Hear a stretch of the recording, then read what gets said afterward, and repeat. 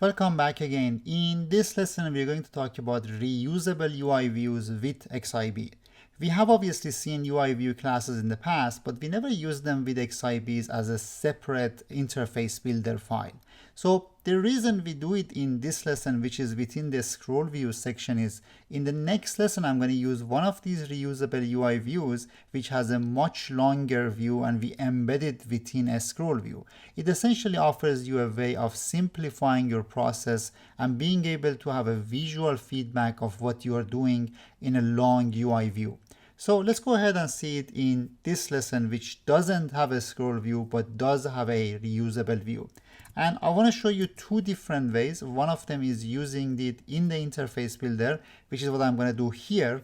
And another way, which is using it during the programming part. And that's what I'm going to be doing in the next lesson. So here I'm going to start a new application called Reusable UI View.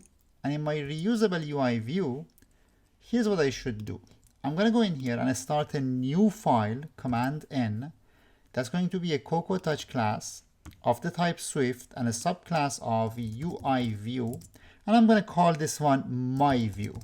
So this is going to be a view that is the view that I want to use. Then the next thing is I'm actually going to go ahead and add another file, which is going to be a Command N, an empty user interface view file, and I'm going to name it exactly the same thing. It doesn't matter if you name it exactly the same thing, but it really simplifies your life.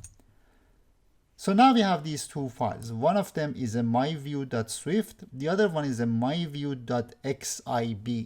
So XIB is essentially a particular format that most of the older Xcodes, they used to work with it. It's an XML interface builder kind of file that is kind of like the grandparent of a storyboard itself. XIBs, unlike the storyboards, they cannot have view controllers within them. They can only have view outlets within them, which is exactly what we need for this case.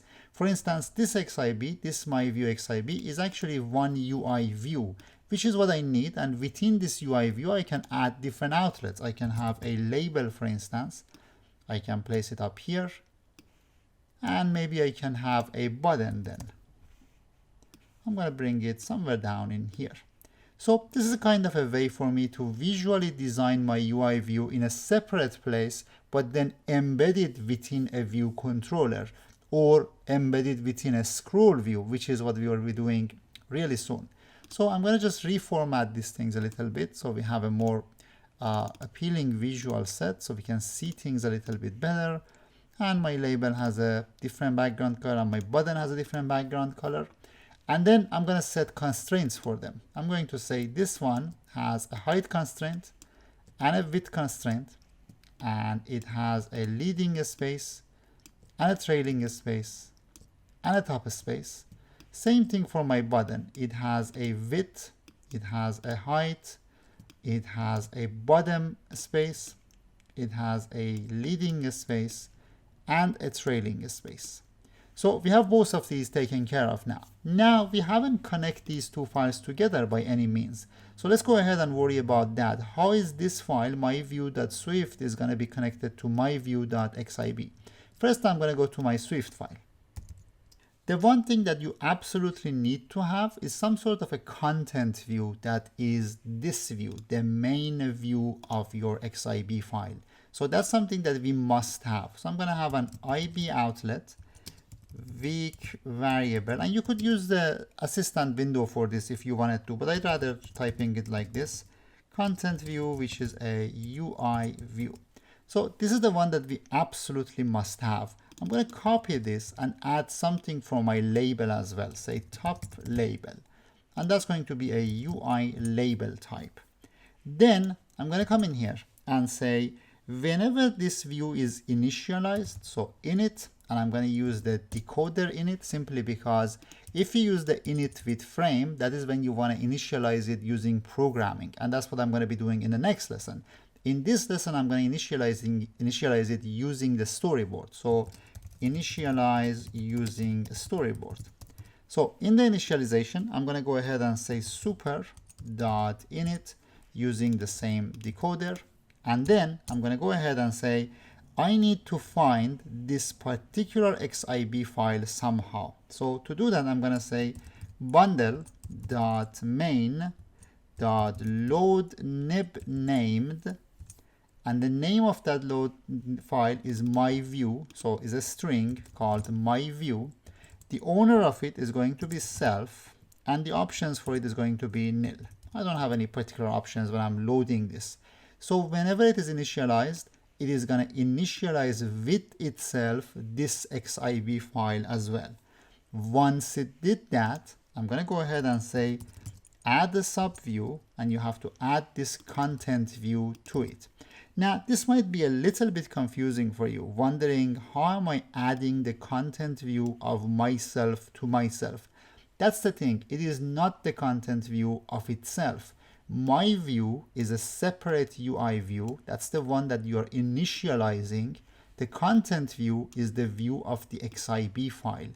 So these are essentially two separate things. That's why when you go in here and you say add subview, you're essentially adding the content view, the one that you can work on it visually, to this one, the one that you cannot work on it visually because we only have it in the code.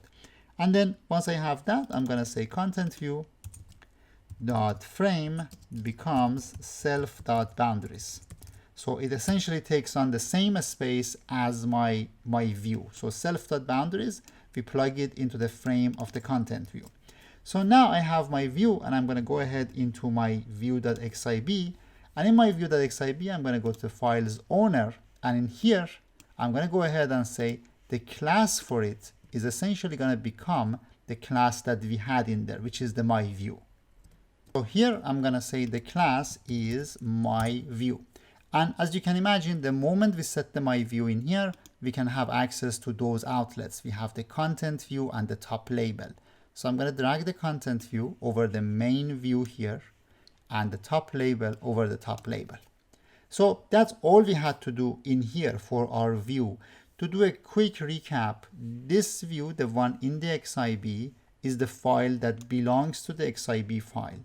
And we now connected it to the file owner of someone called myView. But this myView UI view is not the one that we view in here.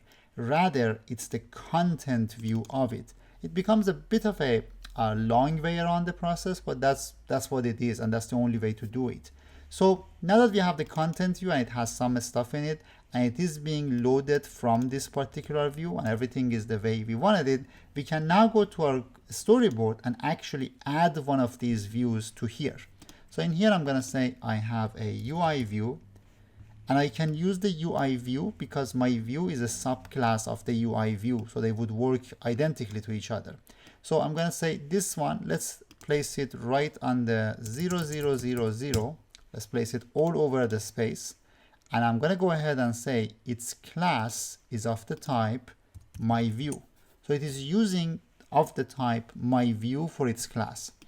The next thing I'm going to do is I'm going to go to the assistant window and add an outlet for this object. So I'm going to say drag it over here, and I'm going to call this one container or container view, simply because this is the one that contains everything else. I'm going to connect it, and it will automatically decide that the container is of the type myView, which is really great. And now I'm going to go ahead to my view controller and say the one thing that I want to happen is this. In the view did load, I want to say container dot top label dot text say loaded from view controller. So let's run this application and see if we get what we expect to see. If it's all going to work, we should be able to see the content of this view within the view controller, as well as having something changed for it from here. So now that once the application loads, I can see that up there it says loaded from the view controller. We have the button, which doesn't really do anything. And that view that we designed in the interface builder, we did it visually, is being presented here on my iPhone simulator interface. So really quickly, to do a quick recap of all of these things, what you do is you have a view which is of the type UI view. that view, you also have an XIB file for it. That is by hitting Command N and adding a user interface view. And then you add the view to your XIB file. So you go to your XIB and you say your file's owner class is whatever you made it. And then in your initialization, you say initialize it loading this nib name, and the nib name is the name of the file that you have. And then the one last piece, which is very important, is this content view, having some sort of a view that contains your entire background view. This is something that, it's really helpful. It has helped me in so many different developments, but at the same time, the first time you see it, it feels a little bit complicated. So maybe you want to spend a little time, maybe review this video once again and make sure you fully understand how you can design this system essentially, and then move on to a next lesson where we use the same thing, not decoding using a coder, rather using a frame, and we embed it within a scroll view this time. So I'll see you there then.